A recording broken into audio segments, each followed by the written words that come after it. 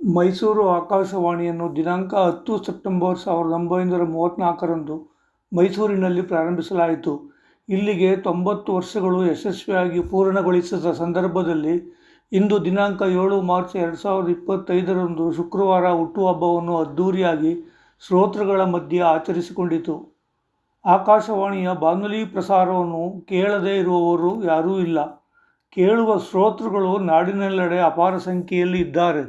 ಶ್ರೋತೃಗಳಿಗೂ ಸಂಘವಿದೆ ಎನ್ನುವುದು ಬಹಳಷ್ಟು ಜನರಿಗೆ ತಿಳಿದಿಲ್ಲ. ಮೈಸೂರಿನಲ್ಲಿ 14 ಸೆಪ್ಟೆಂಬರ್ 2008ರಂದು ಶ್ರೀ ಗೋವಿಂದಾಚಾರಿಯವರ ಮುಂದಾಳತ್ವದಲ್ಲಿ ನೋಂದಣಿಯಾದ ಈ ಸಂಘವು ಇಲ್ಲಿವರೆಗೆ ಹಲವಾರು ಯಶಸ್ವಿ ಕಾರ್ಯಕ್ರಮಗಳನ್ನು ನಡೆಸಿಕೊಂಡು ಬಂದಿದೆ ಹಾಗೂ ಸಂಘವು ಕೇಳುಗರಿಗೆ ಮತ್ತು ಆಕಾಶವಾಣಿಗೂ ಸಂಪರ್ಕ ಕೊಂಡಿಯಾಗಿ ಕೆಲಸ ಮಾಡಿಕೊಂಡು ಬರುತ್ತಿದೆ. ಇದರ ಅಧ್ಯಕ್ಷರು ಗೋವಿಂದಾಚಾರಿಯವರಾಗಿದ್ದು, ಕಾಳಿಹುಂಡಿ ಶಿವಕುಮಾರ್ ಹಾಗೂ ಇನ್ನಿತರ ಸದಸ್ಯರುಗಳು ಸಂಘವನ್ನು 16 ವರ್ಷಗಳಿಂದ ಸದೃಢವಾಗಿ ನಡೆಸಿಕೊಂಡು ಬರುತ್ತಿರುವುದು ಶ್ಲಾಘನೀಯ. ಸಂಘದ ಚಟುವಟಿಕೆ ಹಾಗೂ ಧ್ಯೇಯೋದ್ದೇಶಗಳ ಕುರಿತಾಗಿ ಅಧ್ಯಕ್ಷರಾದ ಶ್ರೀ ಗೋವಿಂದಾಚಾರಿಯವರಿಂದಲೇ ಕೇಳಿ ತಿಳಿದುಕೊಳ್ಳೋಣ. ಧನ್ಯವಾದಗಳನ್ನ ಹೇಳಲಿಕ್ಕೆ ಇಷ್ಟಪಡ್ತೀನಿ. ಆಗಲೇ ಇಂಗ್ಲಿಷ್ನಲ್ಲಿ ಕನ್ನಡವನ್ನ ಬರ್ಕೊಂಡು ಕನ್ನಡದ ಅಭಿಮಾನವನ್ನ ಬೆರೆದವರು ಹಾಗೇನೆ ಮಾತಾಡ್ತಾ ಹೇಳಿದ್ರು, ನಾನು ಆಕಾಶವಾಣಿಯಿಂದಲೇ ಕನ್ನಡ ಕಲಿತೆ. ಆಕಾಶವಾಣಿಯ ಸಮುದ್ರ ಶ್ರೋತೃಗಳನ್ನ ನಮ್ಮ ಇಡೀ ರಾಜ್ಯದಲ್ಲಿ ವಿಶೇಷವಾಗಿ ನಮ್ಮ ಮೈಸೂರು ಆಕಾಶವಾಣಿಯಾಗಿನೇ ಅವರು ಫ್ಯಾನ್ಸ್ ಮಾಡ್ಕೊಂಡಿದ್ದಾರೆ. ಹೀಗೆ ಮೈಸೂರು ಆಕಾಶವಾಣಿ ಬಗ್ಗೆ ಅನೇಕರಿಗೆ ಪ್ರೀತಿ ವಿಶ್ವಾಸ ಇದೆ. ವಿಚಾರ ನಿಮಗೆ ನಾನು ಹಂಚ್ಕೋಬೇಕು ಅಂತಂದ್ರೆ ನಿಮ್ಮ ಸಮುದ್ರದ ಬಗ್ಗೆ ಹೇಳಿ ಸರ್.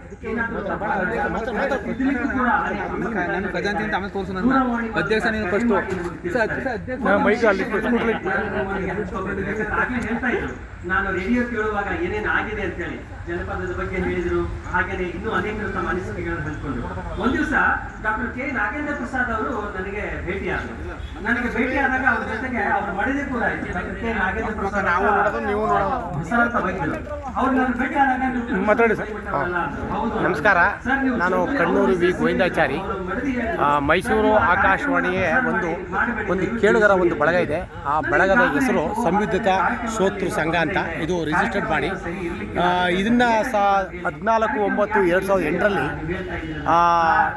ಮೈಸೂರು ಆಕಾಶವಾಣಿಯ ಕೇಳುಗರ ಒಂದು ಬಳಗ ಸೇರಿಕೊಂಡು ಒಂದು ಕೇಳುಗರ ಬಳಗ ಅಂತ ಒಂದು ಅಧಿಕೃತವಾಗಿ ಪ್ರಾರಂಭ ಮಾಡಿದ್ರು.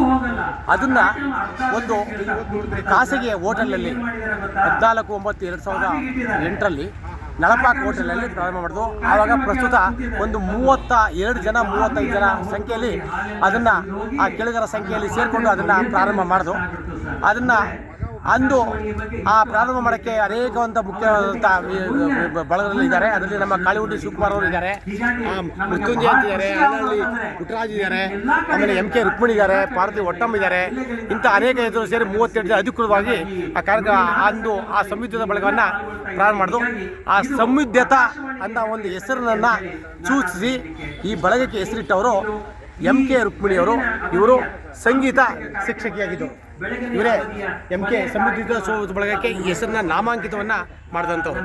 ಹಾಗೆ ಅಂದಿನಿಂದ ಇಂದಿವರೆಗೂ ಈ ಸಂಯುಕ್ತ ಬಳಗವು ಪ್ರತಿ ವರ್ಷ ಆ ಬಳಗದ ಬೆಳವಣಿಗೆ ಮತ್ತು ಕಾರ್ಯಚಟುವಟಿಕೆ ಇದನ್ನೆಲ್ಲ ಹಮ್ಮಿಕೊಳ್ಳೋಕ್ಕೋಸ್ಕರ ತಿಳಿಸೋಕ್ಕೋಸ್ಕರ ಸಾರ್ವಜನಿಕವಾಗಿ ಪ್ರತಿ ವರ್ಷ ಒಂದು ವಾರ್ಷಿಕೋತ್ಸವನ ಮಾಡ್ತಾ ಬರ್ತಾ ಇದ್ವಿ. ಈ ಕಳೆದ ಬಾರಿ ಫೆಬ್ರವರಿ 23ರಂದು ನಾವು 13ನೇ ವಾರ್ಷಿಕೋತ್ಸವವನ್ನು ನಾವು ಆಚರಿಸಿದ್ವಿ. ಒಂದು ಸಾರ್ವಜನಿಕ ವೇದಿಕೆಯಲ್ಲಿ. ಈಗ ನಮ್ಮ ಬಳಗಕ್ಕೆ ಒಟ್ಟು 17 ವರ್ಷ ವಯಸ್ಸಾಗಿದೆ ಅವತ್ತಿಂದ ಇದುವರೆಗೆ. ಆದರೆ ನಾವು ಆಚರಿಸಿದಂಥ ವಾರ್ಷಿಕೋತ್ಸವ 13 ಮುಗಿದಿದೆ. ಕೆಲವು ಕೋವಿಡ್ ಕಾರಣಗಳಿಂದ ಮತ್ತು ಇನ್ನೊಂದು ಕಾರಣಗಳಿಂದ ಒಂದು 4 ವರ್ಷ ನಾವು ವಾರ್ಷಿಕೋತ್ಸವನ ಆಚರಿಸಿಲ್ಲ. ಈಗ ಪ್ರಸ್ತುತ ಒಂದು 60-75 ಜನ ನಮ್ಮಲ್ಲಿ ಕೇಳುಗರು ಇದ್ದಾರೆ. ಅದಕ್ಕೆ ಅಧಿಕೃತವಾಗಿ ತಮ್ಮ ಹೆಸರನ್ನ ನಮ್ಮ ಬಳಗಕ್ಕೆ ಸೇರಿಸ್ಕೊಂಡು ನಮ್ಮ ಕಾರ್ಯಚಟುವಟಿಕೆಗಳಲ್ಲಿ ಈ ಬಳಗದಲ್ಲಿ ವೈವಿಧ್ಯಮಯ ವ್ಯಕ್ತಿಗಳು ಇದ್ದಾರೆ. ಏನು ವೈವಿಧ್ಯ ವ್ಯಕ್ತಿ ಅಂದರೆ ಇಲ್ಲಿ ಸಾಮಾನ್ಯ ವ್ಯಕ್ತಿಗಳು ಒಬ್ಬ ಸಾಮಾನ್ಯ ಕೇಳುಗರಾಗಿ ಒಬ್ಬ ರೈತರಿರ್ಬೋದು, ಒಬ್ಬ ಶಿಕ್ಷಕರಾಗಿರ್ಬೋದು, ಗಾಯಕರಾಗಿರ್ಬೋದು, ಒಬ್ಬ ಖಾಸಗಿ ಉದ್ಯೋಗಿ ಇರ್ಬೋದು, ಮತ್ತು ಸರ್ಕಾರಿ ಉದ್ಯೋಗಿ ಇರ್ಬೋದು, ವೈದ್ಯರಾಗಿರ್ಬೋದು, ಇಂಜಿನಿಯರ್ ಆಗಿರ್ಬೋದು, ಎಲ್ಲರೂ ಇಲ್ಲಿ ವಯಸ್ಸಿನ ಮಹಿಳೆಯರಾಗಿ ಪುರುಷರಾಗಿ ಎಲ್ಲರೂ ಈ ಬಳಗದಲ್ಲಿ ನಮ್ಮ ಬಳಗಕ್ಕೆ ಅವರು ಸದಸ್ಯರಾಗಿ ನೋಂದಣಿ ಮಾಡ್ಕೊಂಡಿದ್ದಾರೆ. ನಾವು ಇವರನ್ನು ಆಗಾಗ್ಗೆ ಒಂದು ವರ್ಷದಲ್ಲಿ ಒಂದು 3 ಸಭೆಯನ್ನು ನಾವು ಮಾಡ್ತೀವಿ. ಅದಕ್ಕೆ ತ್ರೈಮಾಸಿಕ ಸಭೆ ಅಂತೀವಿ. ಆ ತ್ರೈಮಾಸಿಕ ಸಭೆಗೆ ಉದ್ದೇಶ ಏನಪ್ಪ ಅಂತಂದರೆ, ಏನು ಆಕಾಶವಾಣಿ ಕಾರ್ಯಕ್ರಮಗಳು ಏನು ಬಿತ್ತರವಾಗ್ತದೋ ಅಲ್ಲಿ ಜನಸಾಮಾನ್ಯರಿಗೆ ಉಪಯೋಗವಾದಂಥ ಅಥವಾ ಅದು ಆರೋಗ್ಯ ಆಗಿರ್ಬೋದು ಅಥವಾ ಪರಿಸರ ಆಗಿರ್ಬೋದು ಅಥವಾ ಜನರ ಬದುಕನ್ನು ಅವರ ಸಾಮಾನ್ಯವನ್ನು ಬೆಳವಣಿಗೆಯನ್ನು ಹೆಚ್ಚಿಸುವಂಥದ್ದು ಅನೇಕ ಜನಸಾಮಾನ್ಯರ ಬದುಕನ್ನೇ ಒಂದು ಅರ್ಥಪೂರ್ಣವಾಗಿ ಬದುಕನ್ನು ಸಾಗಿಸುವಂಥ ರೀತಿಯಲ್ಲಿ ಅನೇಕ ಕಾರ್ಯಕ್ರಮಗಳನ್ನು ಆಕಾಶವಾಣಿ ಅಂತ ಅದರ ಕಾರ್ಯಕ್ರಮಗಳನ್ನು ನಾವು ಕಾರ್ಯರೂಪಕ್ಕೆ ತರುವಂಥ ಕಾರ್ಯಕ್ರಮಗಳನ್ನು ಈ ತ್ರೈಮಾಸಿಕ ಸಭೆಯಲ್ಲಿ ಹಮ್ಮಿಕೊಂಡು ನಾವು ನಮ್ಮ ಸದಸ್ಯರ ಅವರೇ ವಾಸವಂಥ ಸ್ಥಳದಲ್ಲಿ ಅವರು ಆಯ್ಕೆ ಮಾಡಿದಂಥ ಒಂದು ಜಾಗವನ್ನು ಆಯ್ಕೆ ಮಾಡಿಕೊಂಡು ಆ ಹಳ್ಳಿಯಲ್ಲಿ ಮುಖಂಡರು ಅಥವಾ ಆ ಸರ್ಕಾರಿ ಶಾಲೆಯಲ್ಲಿ ಆ ಮುಖ್ಯೋಪಾಧ್ಯಾಯರನ್ನು ಭೇಟಿ ಮಾಡಿ ನಾವು ಅಲ್ಲಿ ತ್ರೈಮಾಸಿಕ ಸಭೆಯನ್ನು ಭಾಳ ವರ್ಷಗಳಿಂದ ಮಾಡ್ಕೊಂಡು ಬರ್ತಾ ಇದ್ದೀವಿ. ಹೀಗೆ ಎಷ್ಟು ಹೇಳಬೇಕು ಅಂತಂದರೆ, ನಮ್ಮ ಸದಸ್ಯರ ಸ್ವಂತ ಊರುಗಳಾದ ಅಗ್ಗಿನವಾಳಲ್ಲಿ ಮಾಡಿದ್ದೀವಿ, ಕ್ಯಾತ್ನಹಳ್ಳಿಲಿ ಮಾಡಿದ್ದೀವಿ. ಅದಾದ ನಂತರ ನಮ್ಮ ಪಾಲಹಳ್ಳಿ ರೇಡಿಯೋ ರಮೇಶ್ ಅಂತ ಊರಲ್ಲಿ ಮಾಡಿದ್ದೀವಿ. ಹಾಗೆಯೇ ನಮ್ಮ ಇಲ್ಲಿ ಇನ್ನು ಇದು ಸೃಷ್ಟಿ ಮಲ್ಲಿಕಾರ್ಜುನವರು ಹುಳಿಮಾವು ಮಾಡಿದ್ವಿ. ಈಗ ಈ ಕಾರ್ಯಕ್ರಮದಲ್ಲಿ ಅನೇಕ ರೀತಿ ಕಾರ್ಯಕ್ರಮಗಳನ್ನು ನಾವು ಜನಸಾಮಾನ್ಯರಿಗೆ ಆಕಾಶವಾಣಿ ಕಾರ್ಯಕ್ರಮಗಳು ಏನು ಹಮ್ಮಿಕೊಳ್ತದೋ ಅದನ್ನು ಪ್ರತಿರೂಪದಲ್ಲಿ ನಾವು ಕಾರ್ಯಕ್ರಮ ಮಾಡ್ತೀವಿ. ಹಾಗೆಯೇ ವಿಶೇಷ ಶಾಲೆಗಳಿಗೂ ನಾವು ಭೇಟಿ ಮಾಡ್ತೀವಿ. ಏನು ವಿಶೇಷ ಶಾಲೆ ಅಂತಂದರೆ, ಅಲ್ಲಿ ಅನಾಥ ಮಕ್ಕಳು ಓದುವಂಥ ಶಾಲೆಗಳಿರ್ಬೋದು, ಕಲಿಯು ಮನೆ ಅಂಥದ್ದು, ಮತ್ತು ಅನಾಥಾಶ್ರಮಕ್ಕೆ ಹೋಗಿ ಅಲ್ಲಿರೋಂಥ ವೃದ್ಧರಿಗೋ ಅಲ್ಲಿರೋಂಥ ವೃದ್ಧ ಹಿರಿಯರು ಅಥವಾ ಮಹಿಳೆಯರಿಗೆ ನಾವು ಅಲ್ಲಿ ಹೋಗಿ ಅವರ ಸಮಸ್ಯೆಗಳು ಏನಿದೆ ಅಂತ ಅಲ್ಲಿ ತಿಳಿಸಿ ಅವ್ರಿಗೆ ಬೇಕಾದ ಸಾಮಗ್ರಿಗಳನ್ನು ನಮ್ಮ ಸಾಮರ್ಥ್ಯ ಅನುಸಾರವಾಗಿ ಕೊಟ್ಟು ಬಂದಂಥ ಕಾರ್ಯಕ್ರಮಗಳು ನಾವು ಮಾಡ್ಕೊಂಡು ಬರ್ತಾ ಇದ್ವಿ. ಇದೇ ರೀತಿಯ ಅನೇಕ ಕಾರ್ಯಕ್ರಮಗಳನ್ನು, ಜನಪರ ಕಾರ್ಯಕ್ರಮಗಳನ್ನು ನಮ್ಮ ಸಮೃದ್ಧ ಸ್ತೋತ್ರಗಳನ್ನ ಹಮ್ಮಿಕೊಂಡಿದೆ. ಅದು ನಗರದಲ್ಲಾಗಿರ್ಬೋದು ಅಥವಾ ನಗರದಿಂದ ಗ್ರಾಮೀಣ ಪ್ರದೇಶಗಳಲ್ಲೂ ನಾವು ಈ ಕಾರ್ಯಕ್ರಮಗಳನ್ನು ಮಾಡ್ಕೊಂಡು ಬರ್ತಾ ಇದ್ದೀವಿ ಸರ್. ಇದು ಸಮೃದ್ಧ ಸ್ತೋತ್ರ ಒಳಗದ ಕಾರ್ಯಚಟುವಟಿಕೆಗಳು. ಈಗ ನಾವು ನಿರಂತರ ಆಕಾಶವಾಣಿ ಕೇಳಿದ್ರು, ಈಗ ನಾವು ಕೂಡ ಸಮುದ್ರತೆ ಬಳಗಕ್ಕೆ ಮೆಂಬರ್ ಆಗಬೇಕು, ಅದರ ಬಗ್ಗೆ ಮಾಹಿತಿ ಕೊಡಿ ಸರ್. ಹೌದು, ನಾವು ಆಕಾಶವಾಣಿ ಸಮುದ್ರ ಸ್ತೋತ್ರ ಬಳಗಕ್ಕೆ ಎಂದೂ ನಾವು ನಮ್ಮ ಬಳಗಕ್ಕೆ ಸದಸ್ಯರಾಗಿ ಅಂತ ಎಂದೂ ನಾವು ಕೇಳ್ಕೊಳ್ಳಲ್ಲ. ಆದರೆ ನಮ್ಮ ಇಂಥ ಬಳಗ ಇದೇನೋ ಒಂದು ಕಾರಣವನ್ನು ತಿಳ್ಕೊಂಡು ಕೇಳಿದ್ರು, ಅದು ಆ ಬಳಗದ ಬಗ್ಗೆ ಮಾಹಿತಿಯನ್ನು ಆಕಾಶವಾಣಿ ಮಧ್ಯೆ ಹೇಳ್ತಾ ಇರುತ್ತೆ. ಅದನ್ನು ಕೇಳಿಕೊಂಡು ಈ ಥರ ಬಳಗ ಇದೆಯಾ ಅಂತ ತಿಳ್ಕೊಂಡು ಬಂದು ನಮ್ಮ ಹತ್ರ ಬಂದಾಗ ಪದಾಧಿಕಾರಿಗೆ ಅಧ್ಯಕ್ಷ ನನ್ನಾರು ಕೇಳ್ತಾರೆ, ಅಥವಾ ಖಜಾಂಚಿಯಾದಂತೆ ಕಾಳಿಗುಂಡಿ ಶಿವಕುಮಾರ್ ಕೇಳ್ತಾರೆ, ಅಥವಾ ನಮ್ಮ ಕಾರ್ಯದರ್ಶಿಗಳಾದಂಥ ಹಾಗೆ ಜೊತೆಗೆ ನಮ್ಮ ಬಳಗದಲ್ಲಿ ಅನೇಕ ಹಿರಿಯರಿದ್ದಾರೆ, ಅವರೂ ಕೇಳಿದಾಗ ಅವ್ರ ಮೂಲಕ ನೀವು ಸದಸ್ಯರಾಗ್ಬೋದು. ಏನಿಲ್ಲ, ಇದಕ್ಕೊಂದು ಅರ್ಜಿ ನಮೂನೆ ಇದೆ, ಪ್ರಸ್ತುತವಾಗಿ ಅದನ್ನು ನಾವು ತಯಾರು ಮಾಡ್ತೀವಿ. ಆ ಅರ್ಜಿಯನ್ನು ನಾವು ಭರ್ತಿ ಮಾಡಿ 150 ರೂಪಾಯಿನ ಶುಲ್ಕವನ್ನು ಕೊಟ್ಟು, ಜೊತೆಗೆ ನಿಮ್ಮ ವಿಳಾಸದ ಒಂದು ಆಧಾರ್ ಪ್ರತಿಯನ್ನು ಕೊಟ್ಟು, ಜೊತೆಗೆ ಒಂದು ಫೋಟೋ ಕೊಟ್ಟರೆ ನೀವು ನಮ್ಮ ಬಳಗಕ್ಕೆ ನೀವು ಅದನ್ನ ಸದಸ್ಯರಾಗಿ ನೇರವಾಗಿ ಸೇರಿಕೊಂಡು ಆ ಮೂಲಕ ನಾವು ಒಂದು ಗ್ರೂಪ್ ಮಾಡಿದ್ದೀವಿ, ಸಮೃದ್ಧದ ಸ್ತೋತ್ರ ಬಳಗ ಅಂತ ರಿಜಿಸ್ಟರ್ ಮಾಡಿ ಗ್ರೂಪ್ ಮಾಡಿದ್ವಿ. ಆ ಗ್ರೂಪಲ್ಲಿ ಈ ಸಭೆ ನಮ್ಮ ಸ್ತೋತ್ರ ಬಳಗ ಏನೇನು ಕಾರ್ಯಕರ್ತಗಳನ್ನು ಹಮ್ಮಿಕೊಂಡಿದೆ, ಹಮ್ಮಿಕೋಬೇಕಾಗುತ್ತೆ. ಈ ಎಲ್ಲವನ್ನು ನಾವು ನಮ್ಮ ಸಂಘದ ಸದಸ್ಯರಿಗೆ, ಬಳಗ ಸದಸ್ಯರಿಗೆ ನಾವು ನಿಮಗೆ ತಿಳಿಸ್ತೀವಿ. ಇಲ್ಲ ಅಂತಂದರೆ ನಮ್ಮ ಬಳಗದ ಸದಸ್ಯರು ಆ ಸಂಪರ್ಕಿಸಿದರೆ ಅವರು ಆ ಪಕ್ಕದವರಿಗೆ ತಿಳಿಸಿ ನಮ್ಮ ಈ ತ್ರೈಮಾಸಿಕ ಸಭೆ ಆಗಲಿ ಅಥವಾ ವಾರ್ಷಿಕ ಸಭೆ ಆಗಲಿ ಅಥವಾ ಇನ್ನಿತರ ವಿಶೇಷ ಸಭೆ, ಏನು ವಿಶೇಷ ಕಾರ್ಯಕ್ರಮ ಅಂತಂದರೆ, ಈಗ ನಮ್ಮ ಯಾರು ಅಲ್ಲಿ ಸಿಬ್ಬಂದಿ ವರ್ಗ ಅವರು ಕಾರ್ಯಕ್ರಮ ವಿಭಾಗದಾಗಿರ್ಬೋದು, ಅಥವಾ ಸಾಂದರ್ಭಿಕ ಉದ್ಘೋಷಣೆ ಆಗಿರ್ಬೋದು, ಅಥವಾ ತಾಂತ್ರಿಕ ವರ್ಗ ಆಗಿರ್ಬೋದು, ಅಥವಾ ಇನ್ನಿತರ ವಿಭಾಗದ ಸಂಗೀತ ಕಾರ್ಯಕ್ರಮದ ವಿಭಾಗದವರು, ಇವ್ರು ಏನಾರು ಅವರು ವಿಶೇಷವಾಗಿ ಬಡ್ತೀವಿ ಅಂದರೆ ಅಥವಾ ಅವರು ನಿವೃತ್ತರಾದರೆ ಅವರಿಗೆ ನಾವು ವಿಶೇಷವಾದ ಬಳಗದಿಂದ ನಾವು ಅವರಿಗೆ ಬೀಳ್ಕೊಡುಗೆ ಸಮಾರಂಭವನ್ನು ಅಥವಾ ಶುಭಾಶಯ ಕೋರಕ್ಕೆ ಮಾಡ್ತೀವಿ. ಆ ಕಾರ್ಯಕ್ರಮವನ್ನು ನಾವು ನಮ್ಮ ಬಳಗ ಸದಸ್ಯರೆಲ್ಲ ಒಟ್ಟುಗೂಡಿ ನಾವು ಅವರನ್ನು ಕರೆದು ಸನ್ಮಾನ ಮಾಡ್ತೀವಿ ವಾರ್ಷಿಕೋತ್ಸವದಲ್ಲಿ. ಇಲ್ಲ ಅಂತಂದರೆ ನಾವು ನಿಲಯಕ್ಕೆ ಬಂದು ಅವರಿದ್ದ ಸ್ಥಳದಲ್ಲಿ ಏನು ಆಕಾಶವಾಣಿಯಲ್ಲಿ ಅವತ್ತು ಏನು ಬೀಳ್ಕೊಡುಗೆ ಸಮಾರಂಭ ಹಮ್ಮಿಕೊಳ್ತಲ್ಲ ಅವ್ರ ಜೊತೆ ಸೇರಿಕೊಂಡು ನಾವು ಅವರಿಗೆ ಕಾರ್ಯಕ್ರಮನ ಶುಭಾಶಯ ಕೋರುವಂಥ ಕಾರ್ಯಕ್ರಮಗಳನ್ನು ನಾವು ಬಳಗವನ್ನು ಮಾಡ್ತಾಯಿದ್ದೀವಿ. ಇನ್ನೇನಾದ್ರು ಪ್ರಶ್ನೆ ಕೇಳಿ ಹೇಳಿ, ಅದಕ್ಕೆ ಹೇಳ್ಬೋದು. ಹೇಳಿ ಸರ್. ಇದು ಸರ್ ಯಾವುದಪ್ಪ ಅದು ಸಮುದ್ರದ ಸ್ತೋತ್ರ ಬಳಗಕ್ಕೂ ಮತ್ತು ಇತರ ಕೇಳಿದವರಿಗೆ ಏನಪ್ಪ ವ್ಯತ್ಯಾಸ ಅಂತಂದರೆ, ನೋಡಿ, ಈಗ ಒಬ್ಬ ಸಾಮಾನ್ಯ ಎಲ್ಲರೂ ಆಕಾಶವಾಣಿ ಕೇಳ್ತಾರೆ. ಆ ಸಾಮಾನ್ಯ ಕೇಳುಗರು ಏನಾಗಿದ್ದಾರೆ, ಇವಾಗ ಒಂದು ವಿಶೇಷವಾದಂಥ ಒಂದು ಅವಕಾಶ ಆಕಾಶವಾಣಿಯಿಂದ ಒದಗಿದೆ ಅಂದರೆ ಅವರು ನೇರವಾಗಿ ಒಂದು ಕಾರ್ಯಕ್ರಮದ ಮೂಲಕ ಅವರು ಸಂಬಂಧ ಮಾಡ್ಬೋದು. ಏನದು, ನಿಮ್ಮೊಂದಿಗೆ ಮೈಸೂರು ಆಕಾಶವಾಣಿ ಅಂತ ಒಂದು ಕಾರ್ಯಕ್ರಮ ಬರ್ತಾ ಇದೆ. ಪ್ರತಿ ಸೋಮವಾರದಿಂದ ಶನಿವಾರದವರೆಗೆ 3 ಕಾರ್ಯಕ್ರಮದಲ್ಲಿ ಈ ಕಾರ್ಯಕ್ರಮ ಇದೆ. ಅಲ್ಲಿ ನೀವು ದೂರವಾಣಿ ಮೂಲಕ ಸಂಪರ್ಕ ಮಾಡಿ ನೀವು ಮಾತಾಡ್ಬೋದು. ಆ ದೂರವಾಣಿ ಸಂಪರ್ಕ ಸಿಕ್ಕಿದಾಗ ಮಾತ್ರ ನೀವು ಮಾತಾಡ್ಬೋದು. ಇಲ್ಲ ನೀವು ನೇರವಾಗಿ ಪತ್ರ ಬರೆದು ನಿಮ್ಮ ಕಾರ್ಯಕ್ರಮ ಅಥವಾ ನಿಮ್ಮ ಕಾರ್ಯಕ್ರಮದ ಬಗ್ಗೆ ನಿಮ್ಮ ಅಭಿಪ್ರಾಯಗಳನ್ನು ತಿಳಿಸ್ಬೋದು. ಆದರೆ ಸಮುದ್ರದ ಸ್ತೋತ್ರ ಬಳಗ ಒಂದು ಇದೇನದು ಆಕಾಶವಾಣಿಗೆ ಗೊತ್ತಾದ್ರಿಂದ ಅವರು ನೇರವಾಗಿ ನಮ್ಮನ್ನೇ ಕೇಳ್ತಾರೆ. ನಮ್ಮನ್ನು ನೇರವಾಗಿ ದೂರವಾಣಿ ಸಂಪರ್ಕ ಮಾಡ್ತಾರೆ ಅಥವಾ ಕಾಗದದ ಮೂಲಕ ನಮ್ಮನ್ನು ಮಾಡ್ತಾರೆ. ಅದಕ್ಕೆ ಒಂದೇ ಮುಖ್ಯ ಉದಾಹರಣೆ ಅಂದರೆ ಇಂದು ನಮ್ಮ ಬಳಗದ ಹಿರಿಯ ಸದಸ್ಯರು ಕ್ರಿಯಾಶೀಲಿ ವ್ಯಕ್ತಿಗಳಾದಂಥ ನಮ್ಮ ಬಳಗದ ಖಜಾಂಚಿ ಅಂದಾರ್ ಸಿ ಕಾಳಿಹುಂಡಿ ಶಿವಕುಮಾರ್ ಅವರು ಇಂದು ಇಲ್ಲಿ ಸ್ಥಾಪಿಸಿರುವಂಥ ಒಂದು ಈ ಪತ್ರಿಕಾ ಪ್ರಕರಣ ಪ್ರದರ್ಶನವೇ ಒಂದು ಮುಖ್ಯ ಕಾರಣ. ಇವರನ್ನ ಅವರು ಆಹ್ವಾನಿಸಿ ಇಲ್ಲಿ ಪ್ರದರ್ಶನ ಮಾಡಿ ಅಂತ ಕೇಳ್ಕೊಳ್ಳೋದಕ್ಕೆ ಇದು ನಮ್ಮ ಬಳಗಕ್ಕೆ ಕೊಟ್ಟಂಥ ಆಕಾಶವಾಣಿ ನಿಲಯದ ಒಂದು ಗೌರವ ಅಷ್ಟೇ. ಇದು ಬಹಳ ವ್ಯತ್ಯಾಸ ಒಬ್ಬ ಕೇಳುಗರಿಗೂ ಸಾಮಾನ್ಯ ಕೇಳುಗರಿಗೂ ಮತ್ತು ಈ ಸಮುದ್ರದ ಬಳಗದ ಕೇಳುಗರಿಗೂ ಇರುವಂಥ ಬಹುಮುಖ್ಯ ವ್ಯತ್ಯಾಸ. ಆಮೇಲೆ ಕೋವಿಡ್ ಸಂದರ್ಭದಲ್ಲಿ ಸರ್ ಅದು ಬಿಡಿ ಬೇಕಾದ ಕೋವಿಡ್ ಸಂದರ್ಭದಲ್ಲಿ ಆ ದೊಡ್ಡವ್ರಿಗೆ ಅವ್ರಿಗೆ ಫುಡ್ ಕಿಟ್ ಕೊಟ್ಟದ್ದು, ಔಷಧಿ ಕೊಟ್ಟದ್ದು, ಇದನ್ನೆಲ್ಲ ಅಧ್ಯಕ್ಷರು. ನಾನು ಈಗ ಯಾವುದೇ ಕಾರ್ಯಕ್ರಮದ ಮಾತಾಡಬೇಕು ಅಂತಂದರೆ ನನ್ನನ್ನು ಅವ್ರು ಹೇಳ್ತಾರೆ ನಾನು ಈಗ ಸಮುದ್ರದ ಸೋತು ಬಳಗದ ಅಧ್ಯಕ್ಷ ಅಂತಾರೆ. ಹಾಗೆ ನಮ್ಮ ಎ ಡಿ ನಂಜುಂಡಸ್ವಾಮಿ ಅವರು ಇಲ್ಲಿ ಹಿರಿಯ ಸದಸ್ಯರಿದ್ದಾರೆ. ಇವರು ಅಷ್ಟೇ, ಇವರು ನಮ್ಮ ಸಮುದ್ರದ ಬಳಗದ ಸದಸ್ಯರು. ಇವರು ಅಷ್ಟೇ, ಇವರು ನಮ್ಮ ಸಮುದ್ರದ ಸದಸ್ಯರು ಅಂತಲೇ ಇವರು ತಮ್ಮ ಪರಿಚಯ ಮಾಡ್ಕೊಂಡು ಆಮೇಲೆ ಇವರು ತಮ್ಮ ಕಾರ್ಯಕ್ರಮದ ಬಗ್ಗೆ ಅಭಿಪ್ರಾಯವನ್ನು ವ್ಯಕ್ತಪಡಿಸ್ತಾರೆ. ನಮ್ಮ ಗುರುಮಲ್ಲೇಗೌಡರಾಗಲಿ ಹೀಗೆ ಅನೇಕರು ಬಳಗದ ಸದಸ್ಯರು ಏನಪ್ಪ ಅಂತಂದರೆ ನಿಮಗೆ ಗುರುತಿಸ್ಕೊಳ್ಳೋಕ್ಕೆ ಇದೊಂದು ಒಂದು ವಿಶೇಷವಾದಂಥ ಸಂದರ್ಭ ಮತ್ತು ಇದೊಂದು ಬಳಗ.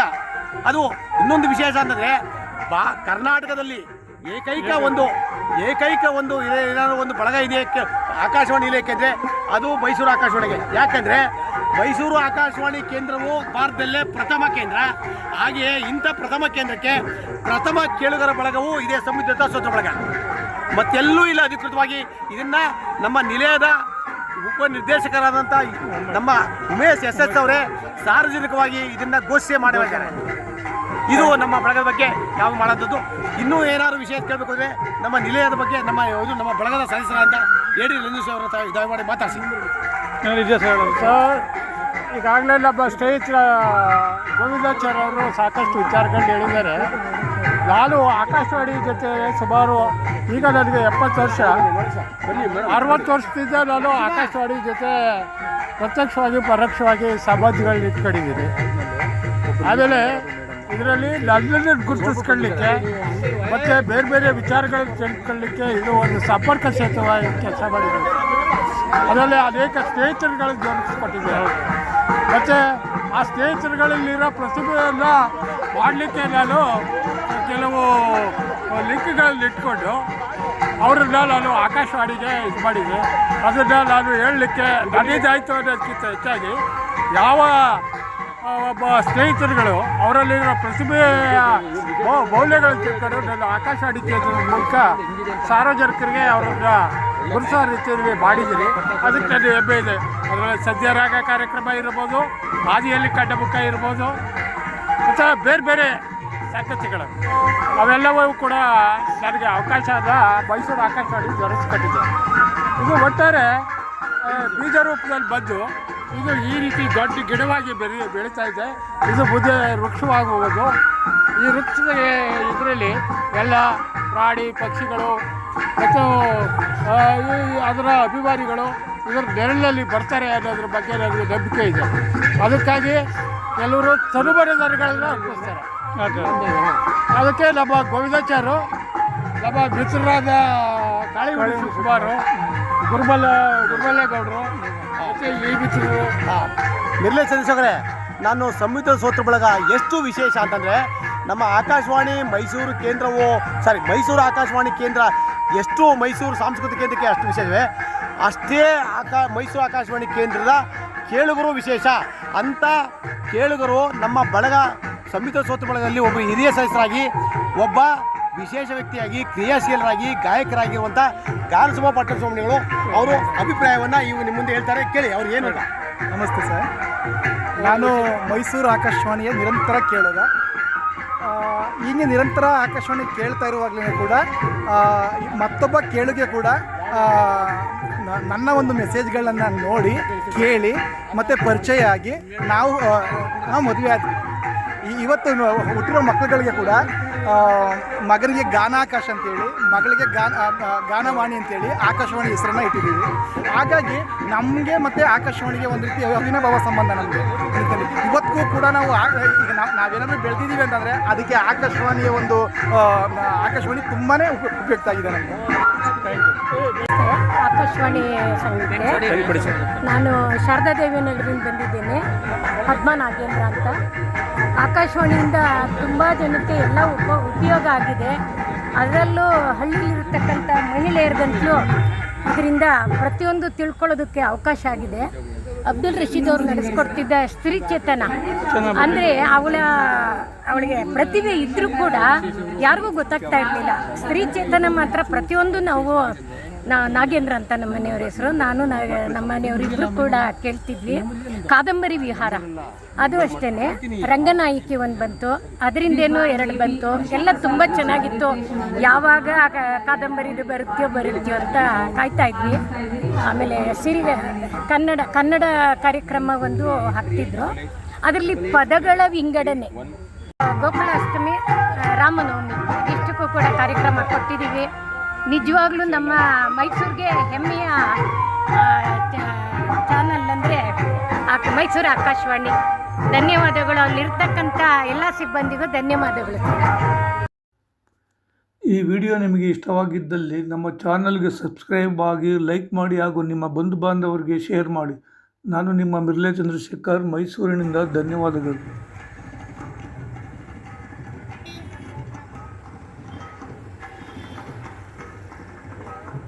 ಹೌದು ಸರ್.